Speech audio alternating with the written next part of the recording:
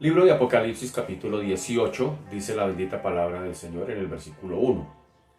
Después de esto vi a otro ángel descender del cielo con gran poder, y la tierra fue alumbrada con su gloria. Y clamó con voz potente diciendo, ha caído la gran Babilonia, y se ha hecho habitación de demonios y guarida de todo espíritu inmundo, y albergue de toda ave inmunda y aborrecible. Porque todas las naciones han bebido del vino del furor de su fornicación, y los reyes de la tierra han fornicado con ella, y los mercaderes de la tierra se han enriquecido de la potencia de sus deleites. Y oí otra voz del cielo que decía, salid de ella, pueblo mío, para que no seáis partícipes de sus pecados, ni recibáis parte de sus plagas, porque sus pecados han llegado hasta el cielo, y Dios se ha acordado de sus maldades. Dadle a ella, como ella os ha dado, y pagadle doble, según sus obras, en el cáliz en que ella preparó bebida, preparadle a ella el doble. Apocalipsis capítulo 18, versículo 7. Cuando ella se ha glorificado, y ha vivido en cuanto ella, se ha glorificado, y ha vivido en deleites, tanto dadle del tormento y llanto, porque dice en su corazón, yo estoy sentada como reina, y no soy viuda, y no veré llanto. Por lo cual en un solo día vendrán sus plagas, muerte, llanto y hambre, y será quemada con fuego, porque poderoso es Dios, el Señor, que la juzga. Y los reyes de la tierra, que han fornicado con ella, y con ella han vivido en deleites, llorarán y harán lamentación sobre ella cuando vean el humo de su incendio, parándose lejos por el temor de su tormento, diciendo, ¡ay! ¡Ay de la gran ciudad de Babilonia, la ciudad fuerte, porque en una hora vino tu juicio! Y los mercaderes de la tierra lloran y hacen lamentación sobre ella, porque ninguno compra más sus mercaderías.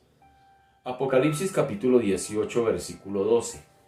Mercadería de oro, de plata, de piedras preciosas, de perlas, de lino fino, de púrpura, de seda, de escarlata, de toda madera olorosa, de todo objeto de marfil, de todo objeto de madera preciosa, de cobre, de hierro y de mármol, y canela, especias aromáticas, incienso, mirra, olíbano, vino, aceite, flor de harina, trigo, bestias, ovejas, caballos y carros, y esclavos, almas de hombres. Los frutos codiciados por tu alma se apartaron de ti, y todas las cosas exquisitas y espléndidas te han faltado, y nunca más las hallarás. Los mercaderes de estas cosas, que se han enriquecido a costa de ella, se pararán lejos por el temor de su tormento, llorando y lamentando, y diciendo, ¡ay! ¡Ay de la gran ciudad que está vestida de lino fino, que estaba vestido de lino fino, de púrpura y de escarlata, y estaba adornada de oro, de piedras preciosas y de perlas, porque en una hora han sido consumidas tantas riquezas, y todo piloto, y todos los que viajan en naves, y marineros, y todos los que trabajan en el mar, se pararon lejos, y viendo el humo de su incendio, dieron voces diciendo, ¿qué ciudad era semejante a esta gran ciudad? Y echaron polvo sobre sus cabezas, y dieron voces llorando y lamentando y diciendo, ¡ay! ¡Ay de la gran ciudad! En la cual todos los que tenían naves en el mar se habían enriquecido de sus riquezas, pues en una hora ha sido desolada. Alégrate sobre ella, cielo, y vosotros santos, apóstoles y profetas, porque Dios os ha hecho justicia en ella. Y un ángel poderoso tomó una piedra, como una piedra de molino, y la arrojó en el mar, diciendo, con el mismo ímpetu será derribada Babilonia, la gran ciudad, nunca más será hallada. Y voz de arpistas, de músicos, de flautistas y de trompeteros no se oirá más en ti, y ningún artífice de oficio alguno se hallará más en ti, ni ruido de molino, se oirá más en ti. Luz de lámpara no alumbrará más en ti, ni voz de esposo y de esposa se oirá más en ti, porque tus mercaderes eran los grandes de la tierra, pues por tus hechicerías fueron engañadas todas las naciones, y en ella se halló la sangre de los profetas y de los santos y de todos los que han sido muertos en la tierra. Apocalipsis capítulo 18, versículo 1 al 24. Muy buenas noches, tengan ustedes, sean muy bienvenidos en esta hora de la noche de hoy jueves 11 de noviembre del año 2021, espacio titulado Tiempos del Porvenir, estudio sistemático, concienzudo, libro por libro, versículo a versículo, de capítulo a capítulo y versículo a versículo de este libro de Apocalipsis. En el griego significa apocalipsus, que tiene que ver con correr la cubierta, discurrir el velo, revelar. ¿Y qué es lo que se revela aquí? El Cristo glorificado en todo su poder y gloria, impartiendo sus juicios finales sobre todos aquellos que rechazaron definitivamente su oferta de salvación. Para todos ellos, para todos aquellos hostiles contra la causa de Cristo, serán todas estas situaciones, no sin antes darle una promesa a su iglesia de que vendría por ella, la sacaría, la llevaría con él, y mientras tanto quienes se queden aquí pues tendrán que padecer el periodo que se conoce como tribulación, 3 años y medio, y la segunda mitad de otros 3 años y medio, la gran tribulación. Que Dios nos ayude de verdad a estar preparados para todos esos eventos. Bien, vamos en el capítulo 18 y como bien hemos dicho en otros momentos, el capítulo 18 es complemento del capítulo 17 y en ambas es el juicio de la Babilonia. Babilonia en capítulo 17 hablando de todo el sistema político, de todo ese sistema religioso, de todo ese sistema pues religioso pagano de la Roma antigua, y todo ese sistema de la Roma papal en cuanto al sistema religioso, pero que cabalga sobre la política.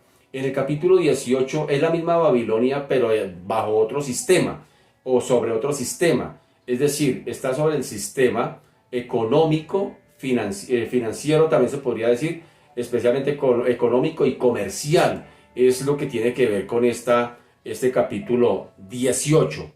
Así que mirando algunos versículos del capítulo 18, en el versículo 5 y el versículo 6 dice, porque sus pecados han llegado hasta el cielo, y Dios se ha acordado de sus maldades. Dadle a ella como ella os ha dado, y pagadle doble según sus obras. En el cáliz en que ella preparó bebida, preparadle a ella el doble.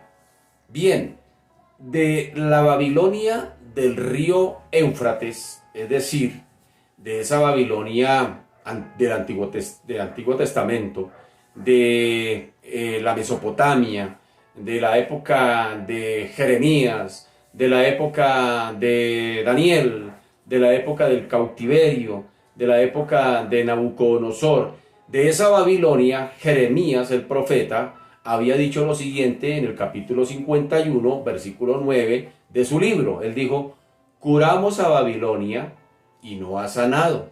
Dejadla y vámonos, cada uno a su tierra, porque ha llegado hasta el cielo su juicio y se ha alzado hasta las nubes. Así que la condición pecaminosa, inmoral, idólatra, humanista, lujuriosa y desenfrenada de Roma demandaba que la justicia divina pues definitivamente se vindicara sobre ella.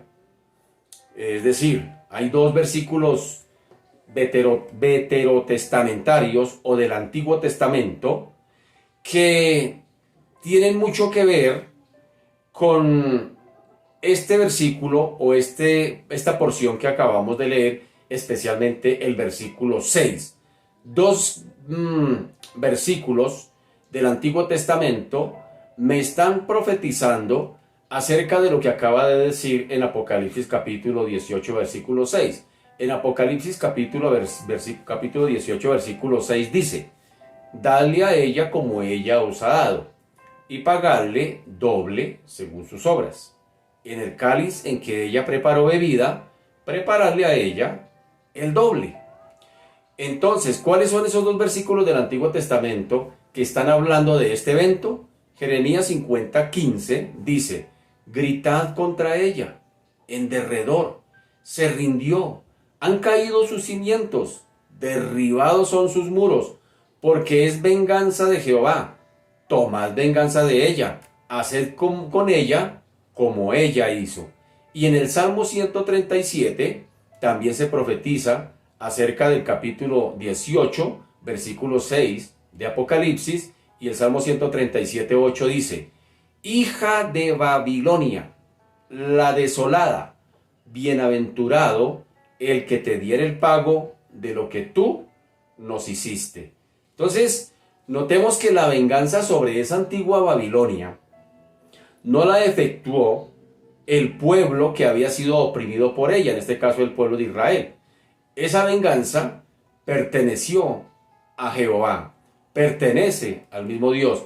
Y para esto él usó como sus agentes de juicio pues a la nación de los medos, de los persas, para que vinieran y se llevaran o sitiaran, es la palabra, sitiaran a Babilonia.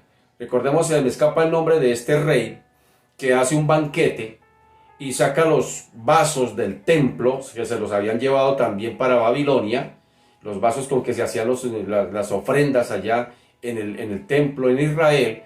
Cuando el cautiverio se llevaron todos esos utensilios del templo, y el rey de Israel, que se me escapa ahorita el nombre, no lo tengo presente, se me olvidó el nombre de este rey de Babilonia, es Nabucodonosor. Después de Nabucodonosor viene otro rey, y este rey hace un banquete e invita a unos 1000 reyes, y empiezan a usar las copas que habían traído de Israel, de Jerusalén, de Judá, perdón, las empiezan a usar para servir sus vinos, sus banquetes. Y cuando están en plena borrachera, este rey ve en la pared una mano que aparece con unos nombres allí, y le está diciendo de otra manera, le está diciendo: tu reino ha caído, tu reino ha caído. Efectivamente, este rey muere, y una vez que este rey de Babilonia muere, pues quien viene a tomar el mando, pues son los medos y los persas, a la cabeza de Darío y a la cabeza de Ciro. Así que mire que el Señor hizo venganza de lo que este pueblo de Babilonia había hecho con Israel. De hecho, otro profeta, Habacuc, hablando acerca de, en una oración un poco sincera, pero quejumbrosa, Habacuc empieza a orarle al Señor y le dice: Señor, ¿por qué me permites ver tanta violencia? ¿Por qué ven mis ojos tanta violencia? Y el Señor, parafraseando, le dice: tranquilo, mi chino querido, tranquilo, que lo que usted ha visto no es nada comparado con lo que va a venir, porque voy a mandar una nación presurosa, cruel y presurosa, que los va a sitiar, hablando del cautiverio de Babilonia. Así que el Señor le dice: pero tranquilo, que a esa misma región que yo voy a usar, que son los caldeos, para que vengan y la siteen, y esa también yo le tengo preparado también un juicio sobre ella. Así que el Señor no se queda con nada. Entonces aquí vemos que el juicio sobre esa Babilonia pues no lo desarrolló el mismo pueblo de Israel ni ninguna de las naciones que antes habían sido oprimidas por este imperio babilónico, sino sencillamente fue Dios mismo quien peleó por ellos, y fue Dios mismo quien hizo venganza a sus enemigos. Y para esto, como bien les dije hace un momento, pues usó como agentes de juicio a estas naciones, los medos y los persas. Y el juicio sobre Babilonia apocalíptica, es decir, la futurista, el juicio sobre esa Babilonia apocalíptica será llevada a cabo por un mandato de Dios, el Señor mismo, a un ángel. Y eso lo encontramos en Apocalipsis también 18, en este mismo capítulo que estamos leyendo, unos versículos más adelante, el versículo 21. Mire cómo dice: y un ángel poderoso tomó una piedra, como una gran piedra de molino, y la arrojó en el mar, diciendo: con el mismo ímpetu será derribada Babilonia, la gran ciudad, y nunca más será hallada. Hablando del juicio sobre la Babilonia escatológica, sobre la Babilonia apocalíptica, sobre la Babilonia futurista. Así que, por medio de la intervención divina, es que el Señor, o mejor, los creyentes de esa época, irán a dar el pago y prepararían el juicio sobre la Babilonia del apóstol Juan, a la que está haciendo referencia el apóstol Juan, o se conoce como la Babilonia juánica, porque tiene que ver con el libro de Apocalipsis. Esto lo hará, o lo harían, los creyentes por un juicio divino. Lo harían los creyentes simplemente, óigame bien, simplemente, no es peleando, no es con armas, sino este juicio, el mismo pueblo de Dios lo va a llevar a cabo por medio de la intervención divina, y lo harían por medio de la fidelidad al Señor, por su testimonio y por su firmeza ante el mundo incrédulo que los atacaría o los va a atacar durante ese periodo de la gran tribulación, porque recuerde que en aquellos tiempos también va a haber convertidos, también va a haber gente que se va a convertir al evangelio. Lógicamente, pues por su fidelidad al Señor les va a costar la vida, pero será una manera también de tomar venganza, de hacer juicio hacia esas naciones enemigas, hacia los hostiles del pueblo de Dios. ¿Cómo entonces podríamos decir nosotros que la mejor manera de pelear contra el enemigo no es dándonos golpes con él? La mejor manera de someternos, o mejor, de salir victoriosos frente al enemigo, es cuando nos sometemos a Dios. Es decir, por allá Santiago escribió y dijo: sométanse pues a Dios y Satanás huirá. ¿Sí nota? Satanás huirá de vosotros. En el ejército nos decían un lema. Me acordé de ese lema que teníamos en el ejército en cuanto a la obediencia. En cuanto a la obediencia nos decían allí, el primer día que llegamos nos dijeron: bienvenidos a la Fuerza Aérea Colombiana, a prestar su servicio militar, y la única manera de ustedes tomar el pelo a sus superiores es obedeciendo. Era lo que nos decían siempre. La única manera, ustedes quieren tomarle el pelo a sus superiores, obedézcanles. Es algo más o menos parecido. La única forma de salir victoriosos frente al enemigo es sometiéndonos al Señor. Santiago lo dice: sométanse pues a Dios y mantendremos al diablo a la raya. Versículo 7 dice: cuando ella se ha glorificado y ya ha vivido en deleites, tanto darle del tormento y llanto, porque dice en su corazón: yo estoy sentada como reina y no soy viuda y no veré llanto. Aquí la expresión ha vivido en deleites es traducida en otras versiones. Dice vivió sensualmente, dice Biblia de las Américas. En Biblia de Jerusalén dice su jactancia y su lujo, o su jactancia y a su lujo, dice en versión Biblia de Jerusalén. En Biblia de las Américas dice vivió sensualmente, haciendo alusión al versículo de Reina Valera donde dice ha vivido en deleites. Y Nueva Versión Internacional lo arroja de la siguiente manera, dice al arrogante lujo. ¿Sí nota? Así que en el latín aquí se lee et hin delicius fuit. Y la palabra griega es estrellasiau, y en el francés dice lux, y la traducción más correcta debe ser lujo. Así que Roma fue la ciudad de la extravagancia y del lujo, y se vivía en lujo, se comía en lujo, se vestía con lujo. Pero desde luego esto no era para todos los habitantes de Roma, ni para todo el imperio, sino para un grupo de privilegiados, es decir, para la crema y para la nata de la sociedad. Mientras unos vivían como ricos en abundancia, en arrogante lujo, pues otros vivían pobremente y en escasez y con necesidades. Así que bien lo relató Santiago, que también escribió en medio de ese imperio romano.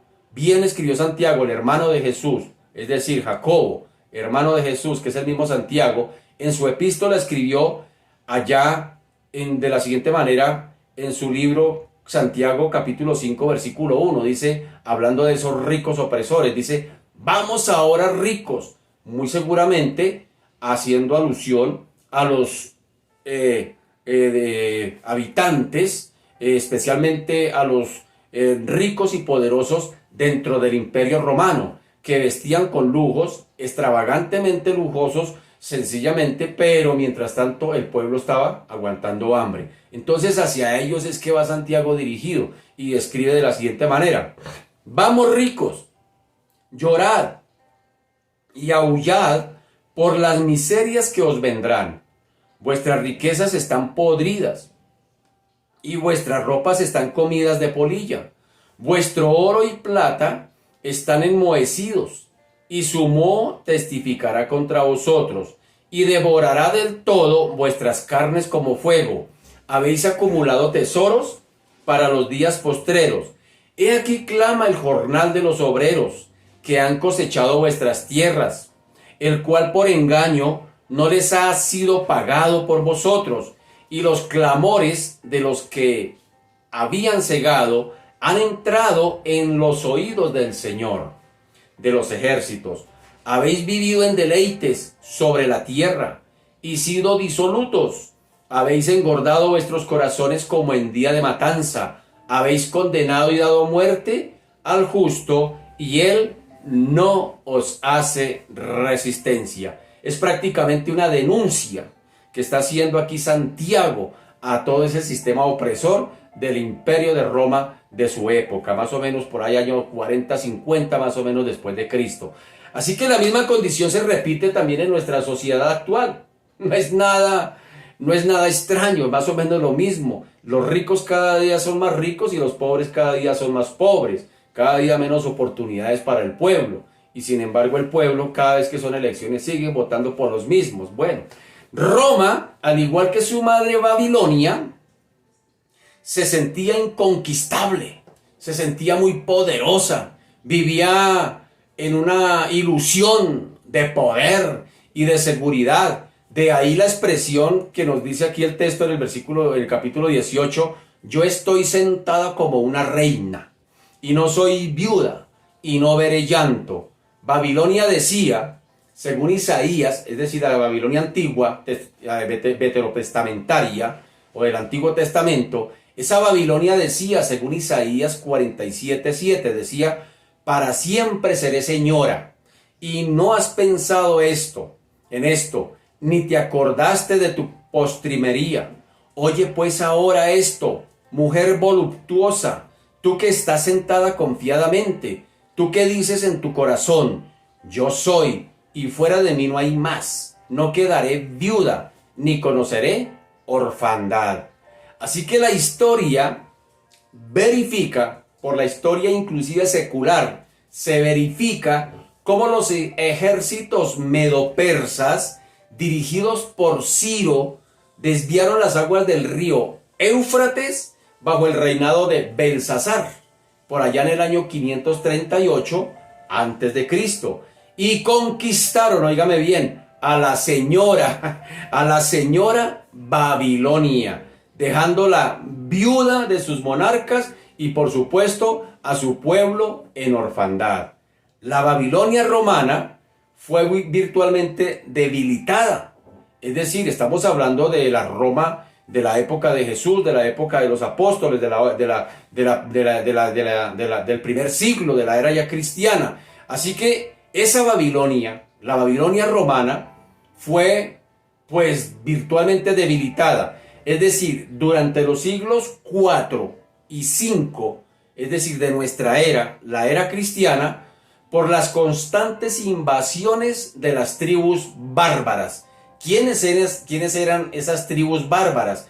Estaban compuestas por estos personajes, se los voy a leer: los francos, los suevos, los burgundios, los anglos, los sajones y los jutos, los vándalos, los frisones, los alanos, o sea, iranios, y los alamanes, no alemanes, alamanes constituían el resto de estos pueblos.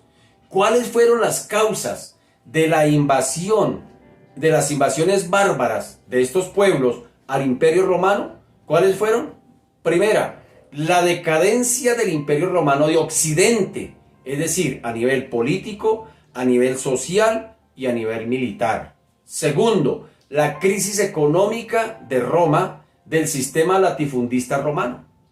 Y tercera, la presencia de la gran cantidad de soldados de tropas de origen bárbaro de las tribus que acabo de nombrar, germano, franco, godo, celtas, alanos, todos estos en las legiones romanas. Fueron tres causas por las cuales Roma prácticamente fue virtualmente debilitada.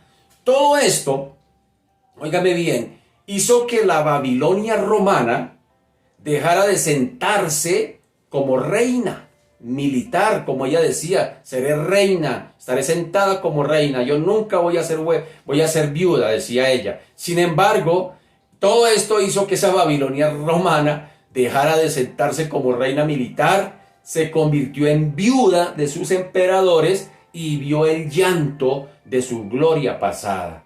Es decir, son muchas las naciones mundiales que existen en el tiempo de hoy, como por ejemplo Estados Unidos, como la Gran Bretaña, como Rusia, entre otras, que piensan que siempre serán señoras del mundo, dueñas y amas, que estarán sentadas sobre un poderío militar, religioso, tecnológico, económico, y que jamás serán viudas de un sistema político, de su capitalismo o comunismo, inclusive de su neocolonialismo o de su opresión sistematizada. Ellas piensan que tienen el poder. Hay naciones del mundo que piensan que tienen el poder y que nunca van a ser debilitadas. Pero la verdad es que verán llanto. Dice el texto claramente, dice que verán llanto. Solo hay un gobierno justo, solo hay un gobierno equilibrado, solo hay un gobierno sin clases sociales, solo hay un gobierno que es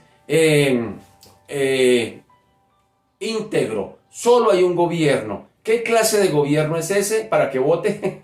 Esa clase de gobierno es el gobierno teocrático, es decir, el gobierno de Dios mismo. Y los creyentes abogamos por esa verdadera política y por ese verdadero estado social que algún día será establecido aquí en la tierra. Dice Apocalipsis capítulo 20, versículo 4, dice: y vi tronos, y se sentaron sobre ellos los que recibieron facultad de juzgar, y vi las almas de los decapitados por causa del testimonio de Jesús y por la palabra de Dios, los que no habían adorado a la bestia ni a su imagen, y que no recibieron la marca en sus frentes ni en sus manos, y vivieron, dice aquí, y reinaron con Cristo 1000 años. Y esto hace referencia también, aquí está haciendo referencia a aquellos que van a ser mártires durante el periodo de la gran tribulación, pero aquí también hace referencia a la iglesia del Señor que vendrá al final de la gran tribulación con el Señor allá en Apocalipsis capítulo 19 a establecer este reino teocrático, es decir, un reino por 1000 años, y allí estará también la iglesia, y será por fin lo que nosotros decimos, el mundo soñado, el mundo perfecto, el mundo que todo el mundo anhela y espera ver. Allí será. Entonces, un día sí, un día el Señor tomará digámoslo, por las riendas de su creación, de su mundo, de todos los reinos, y será un reino establecido por él mismo. Entonces, esa es nuestra esperanza. Eso es lo que nosotros esperamos, que un día vendremos a reinar con Cristo. Y mientras ese reino se avecina, pues seremos heraldos de la justicia divina. Mientras estemos aquí en medio de un mundo de injusticia, confrontando los principados y confrontando las potestades. ¿Sabía usted que somos luz y que somos sal? Y la sal irrita. Y la sal preserva. Y la sal da sabor, claro, por supuesto. La sal irrita. Y para eso estamos, hermano, para cantar la verdad. Y la verdad hay que decirla, hermano querido. No, y a veces nosotros nos acobardamos de denunciar y llamar las cosas como son, por su nombre. Para eso estamos mientras estemos aquí en la tierra, para no pasar por alto el pecado. Así que estamos puestos mientras llega Cristo para confrontar los principados, las potestades que operan dentro de las muchas estructuras sociales, políticas, económicas, religiosas, educacionales, etcétera, etcétera, etcétera. Y Dios es el que juzga a esa Babilonia. Dice el versículo 8, por lo cual en un solo día vendrán sus plagas, muerte, llanto y hambre, y será quemada con fuego, porque poderoso es Dios, el Señor, que la juzga. ¿Dónde está eso? En el capítulo 18 de Apocalipsis, versículo 18. Aquí vemos unas palabras claves. Dice la palabra en un solo día. Esa es una palabra clave. Las palabras en un solo día no se debe tomar literalmente para significar un día de 24 horas. Por supuesto que no. Por la historia sabemos que el juicio sobre la Roma de los Césares, o sea, su desmantelamiento político nacional, no se logró en un día específico, sino que tomó varios siglos para que verdaderamente hubiese allí una toma total. Se debe entender entonces que la expresión aquí en un solo día significa en un tiempo determinado. Es decir, es lo mismo que se dice cuando se dice que el Señor vendrá en cualquier momento, en el día del Señor. Y el día del Señor pues no es el día específico de 24 horas, sino que puede ser en cualquier momento, un evento que se dará.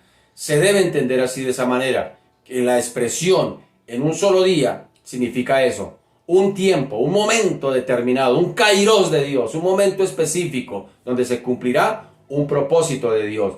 Roma, como la ciudad que se jactaba de garantizar la vida de sus ciudadanos por medio del poderío militar que tenía, la ciudad que con sus teatros, anfiteatros, circos, traía gozo a sus habitantes, la ciudad que se deleitaba en comer glotonamente, experimentaría esa ciudad que vivía lujuriosamente, con lujos de detalles y todos esos temas. Esa ciudad experimentaría muerte, llanto y hambre.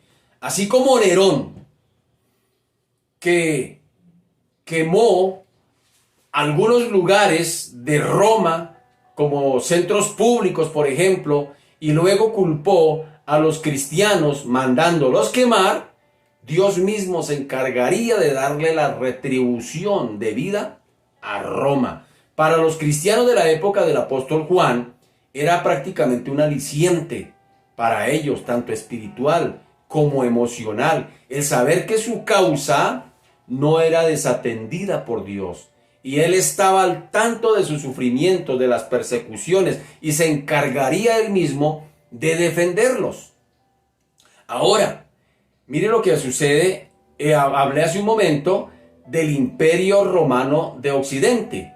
Mire lo que sucedió. El Imperio Romano de Occidente estaba sumido en graves conflictos políticos, económicos y sociales desde hacía mucho tiempo, mientras diferentes pueblos germánicos, los que nombré hace un momento, construían reinos en los territorios europeos que habían formado parte del poderoso imperio de Roma.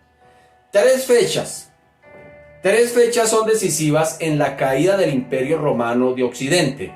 La batalla de Adrianopla, el 9 de agosto del 378 después de Cristo. La invasión y saqueo de Roma en el 390 por los galos, que nunca había sido invadida durante 8 siglos. Y tercero, el derrocamiento del último emperador de Roma, el 4 de septiembre del año 476. Así que vemos ahí una coalición de tribus germánicas derrotó el 9 de agosto del 378 al ejército romano durante la batalla de Adrianopla, en las llanuras del noroeste de la ciudad romana de Adrianópolis. Actualmente se conoce como Edirne en la Turquía europea. Esta derrota marca el inicio del declive real, irreversible del poder de Roma, con la progresiva pérdida de autoridad sobre su vasto dominio territorial, porque tenía 3 continentes bajo su dominio: África, Europa y Oceanía. Unos años más tarde, en el 386, una invasión de pueblos godos impone a Roma importantes pérdidas territoriales. Pierde fuerza la Roma occidental. Ahora, con la caída definitiva del Imperio Romano de Occidente, se da inicio aquí a lo que se conoce como la Edad Media, mientras que la Roma de Oriente continúa con su Imperio Romano más o menos unos 1000 años más. Ese imperio se conoció como el Imperio Bizantino, con capital en Bizancio hasta el año 1453, cuando cayó en poder de los turcos. La capital de ese imperio era Roma. ¿Así nota? Ahí vemos cómo Dios ha cumplido lo que Él ha prometido. Sin embargo, cuando escribe Juan está escribiendo de ese asunto en su libro apocalíptico y se está refiriendo a Babilonia, como ya lo hemos dicho antes, para de alguna manera mimetizar el nombre de Roma. Porque si uno de estos escritos caía en las manos de los enemigos de Cristo, pues estaría comprometiendo al pueblo de Dios. Entonces se conoce como la literatura apocalíptica, que era una literatura que se escribía en clave, digámoslo así, morse, por clave, por figuras literarias. Es decir, todos estos eventos, cuando se habla de Babilonia, cuando se habla de dragón, cuando se habla de la bestia, cuando se habla de todo eso, era muy normal dentro de la literatura apocalíptica, y cualquier judío que pudiese leer él la entendía con claridad, sabía de qué se trataba. Entonces, quienes quedaban definitivamente perdidos ante una literatura de estas, pues eran propiamente los enemigos de Cristo. Entonces, cuando se está hablando de Babilonia, Juan no está hablando de Babilonia. Algunos inclusive creen que Babilonia va a volver a ser reconstruida para luego ser derrotada. No, es figurativamente, pero se está refiriendo a Roma, a la Roma de la época de Juan, que iba a ser vencida, que iba a ser derrotada, que iba a ser debilitada. Y todos estos eventos, mire, se han dado. Ahora, todo este sistema de esta Roma volverá a resurgir en la época del anticristo, pero como sistema.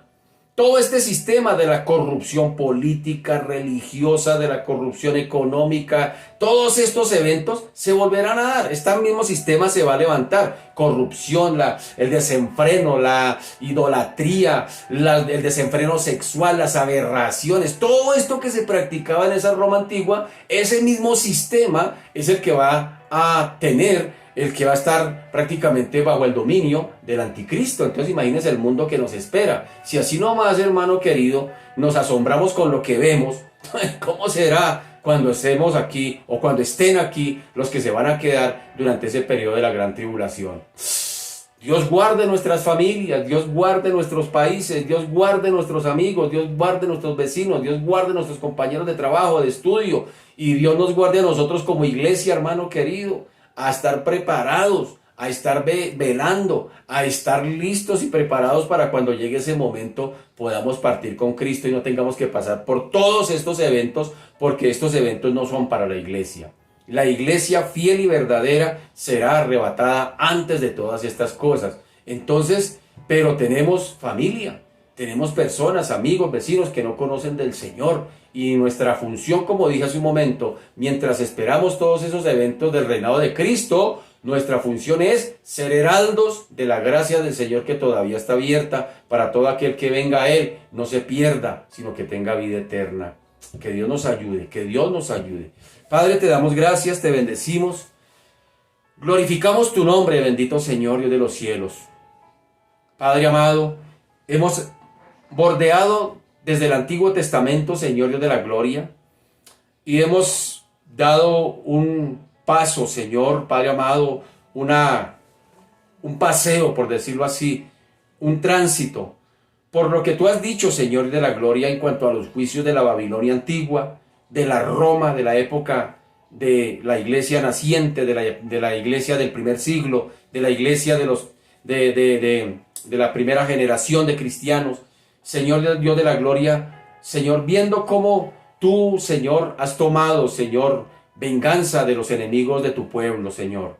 Y Señor Dios de la gloria, por supuesto que Juan escribe, Señor, para que esto se dé cumplimiento, bendito Señor, a corto tiempo, pero también se dará cumplimiento a tiempo escatológico, es decir, a tiempo futuro. Señor Dios de la gloria, es una profecía de doble cumplimiento. Y aquí, Señor Dios de la gloria, Padre amado, mientras esperamos estos momentos, Señor, mientras esperamos, Señor Dios de la gloria, tu venida, oramos por nuestras familias, oramos por todos aquellos que no te conocen, bendito Señor. Que tal vez, bendito Dios de la gloria, ven todos estos eventos como una bonita película en 3D, en 4D.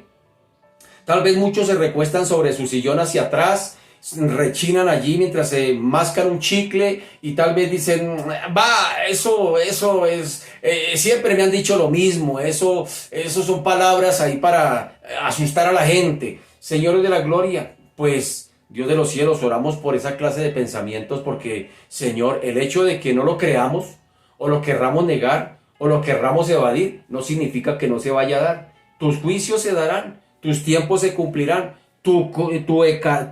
Señor, tu kairos, esos tiempos específicos para los cuales has apartado, Señor de la gloria, para cumplir a cabo propósitos tuyos en momentos específicos, se darán, bendito Señor, independientemente de si los seres humanos lo creemos o no lo queremos creer. Señor Dios de la gloria, ayuda a nuestra incredulidad, ayuda a la incredulidad de nuestras familias, de nuestros vecinos, de nuestros amigos, de la gente del común, del gobernante, del poderoso, del letrado, bendito Señor, del intelectual, Señor Dios de la gloria, aún del ateo, bendito Señor, aún del religioso, Padre amado, Señor Dios de la gloria, que tu Espíritu Santo traiga esa convicción de pecado, de justicia y de juicio, bendito Señor, de pecado por cuanto no quieren creer en ti, de justicia porque Cristo ya vino como abogado, bendito Señor, pero un día vendrá como juez, bendito Señor. Ya no vendrás a salvar, ya no vendrá, Padre amado, con la oportunidad de salvación, vendrá a juzgar. Padre amado, por eso, Señor, hoy oramos a ti. Espíritu Santo, trae esa convicción al corazón de los seres humanos, bendito Señor, Dios de la gloria. Padre, y como iglesia te pedimos, Señor, ayúdanos, inquiétanos, muévenos, bendito Señor, a ser heraldos, a ser atalayas, a ser, Padre amado, aquellos que anuncian, Dios de la gloria, y que denuncian el pecado, que no nos quedemos, Señor, absortos ni indiferentes ante tantas situaciones, viendo un mundo que cada día se desborona más, bendito Señor, y que va camino, bendito Señor, a que tu escritura se cumpla, Padre amado. Dios de la gloria, extiende tu misericordia sobre esta raza humana. Te lo pedimos, Padre, en el nombre de Jesús, y a ti te damos la gloria, Señor, en el nombre poderoso de Jesús. Amén y amén. Mis amados, muchas gracias por su fina sintonía. Que el Señor me les bendiga. Que pasen una feliz noche, que descansen. Un abracito para todos. Muchas bendiciones, mis amados. Chao.